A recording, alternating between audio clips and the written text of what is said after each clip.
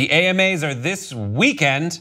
On Sunday is when it will all go down with, things happening like The Weeknd being there as Selena Gomez performs on stage, and we're just gonna pan back and forth between the two of them. But in addition to that, let's go through the nominations, because a lot of people are having some trouble with the AMAs, because it seems like they only really knew that boys existed this year, and they would only nominate women essentially if they were forced to by a category being named Best Female whatever. So No Flex Zone tweets out, only 4 women of 69 nominations were nominated for non-gender specific awards, hashtag AMAs, what the F are you doing? Things like Artist of the Year. We'll get into the specific categories, but just from a broad perspective, thoughts, 5 words or less. Nominated for Pop Rock, Drake. American Man Awards. Are people still watching those awards? Not a real broad spectrum. Heyo. Like Broad City, it's a show. Yeah. And so yeah. Isn't it's notable to point out that this is a fan voted award thing. So it's not like the AMAs are this organization behind closed doors. There's no academy. There's no academy for the AMAs. So here's plotting and planning. No women. But it isn't. But it isn't exactly. It isn't exactly. The final vote is like a voted on by the people. It says here on their website, the American Music Award nominees are based on key fan interactions as reflected in Billboard magazine and on Billboard.com, including album and digital song sales, radio airplay, streaming, social activity, and touring. These measurements are tracked by Billboard and its data partners, including Nielsen Music and Next Big Sound, and then they give the eligibility period.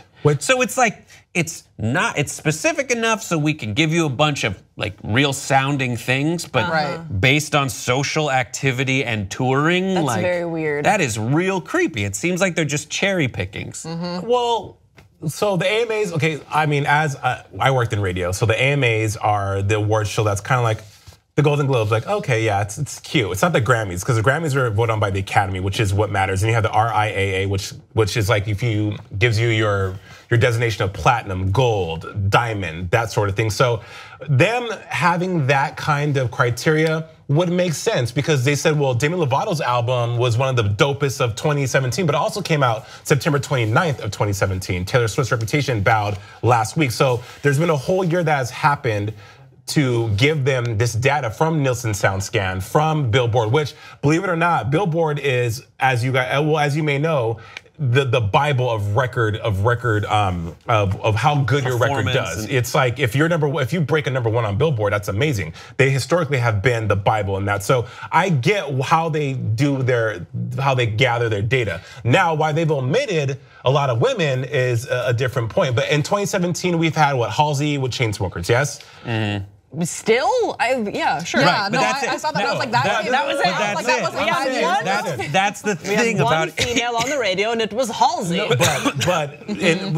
Okay, right? It's like, yes, I'm not saying they're right for this. I'm saying we have to look back over the scope of 2017. Right, but wait, that always happens, though. I totally know what you all mean. That always happens, where you're like, wait, Taylor Swift's still possible to be nominated for 1989? Didn't it come out 3 years ago? And it's like the remix did well when it was featuring someone else later. I'm not even mad at that, really. I was just looking through the nominations and I'm like, you guys, maybe you have a system, I'm sure you do, but you're drunk right now and you should reevaluate why you're nominating Drake's album, More Life, for pop rock and also R&B and hip hop. It's not, look, I love Drake, he's great, and he really, a lot of people from a lot of different walks of life love Drake's music. He is not a total genre bending. More Life is not a rock album. It's not pop or rock.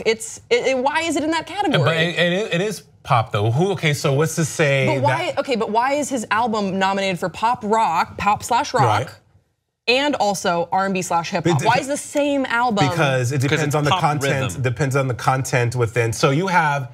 In radio, you have top 40, top 40, which is the top 40. Like it could be Nelly and Tim McGraw on one song, and then you have Diana Krall and Leanne Womack. It's the top 40 songs that are trending, that are on Billboard, right? So it all goes on, and it's changed in the last 12 years, last almost 20 years. But Drake, popular, it's pop rock. Pop means it's still a popular song. Pop means it's popular, right? So Drake's album More Life was a popular album. In addition to, there were certain elements in that album that were also hip hop and R&B. So, was it rock? Rock is in there. That's the thing. Well, but you had Three Doors Down. But I think it's more. Let's adjust our qualifiers. That's what I'm saying. Every award show. So it's the genesis of the AMAs was, I think, the Grammy license was lost by in 73, the Dick Clark and ABC lost the license to do the Grammys, but they still wanted to do an award show. And whereas the Grammys is voted on by the Academy of Music, the AMAs were gonna be just this Dick Clark presents everybody that was on American would have been on American Bandstand. Now we're gonna highlight them. But the thing you have to remember about these award shows is the magic of them, which is they are made from nothing, especially this one. They just decided to have one, so it's one. And everyone says we shouldn't care about it, but when things like this come out, we're like, but we do.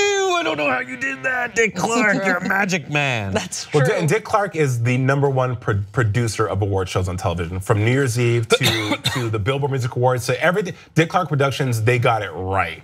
I don't. Again, for me, the AMAs are like, I'll wait till February for the Grammys when shit really matters, right. You know, because the Grammys are like the Oscars. They're voted on by an academy of people who say, okay, Beyonce, your album, your Lemonade's gonna win Best Contemporary Album this year because we feel that's where it falls in. And yeah, it's tough. And the thing is, they should have more than 3 nominees for every category, so they can include more people. It just makes more sense from the perspective of what they're trying to accomplish anyway.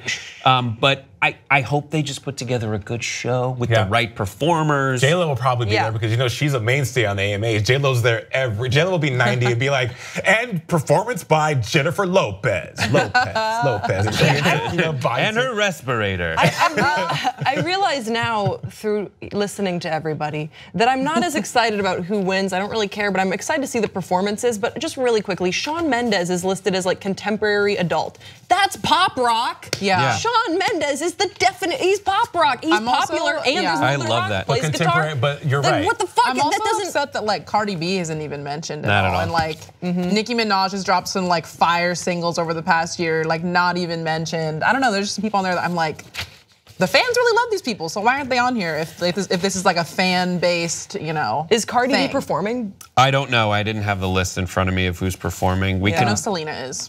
You can provide which I knew you would know that, yeah. All right, so we are done with our performance of this video. So what did you think? Are we right, are we wrong? You're right, 100%, and we need you as a fan, or else we'll disappear into nothingness. And we love you, and we'll see you next time on Pop Trigger.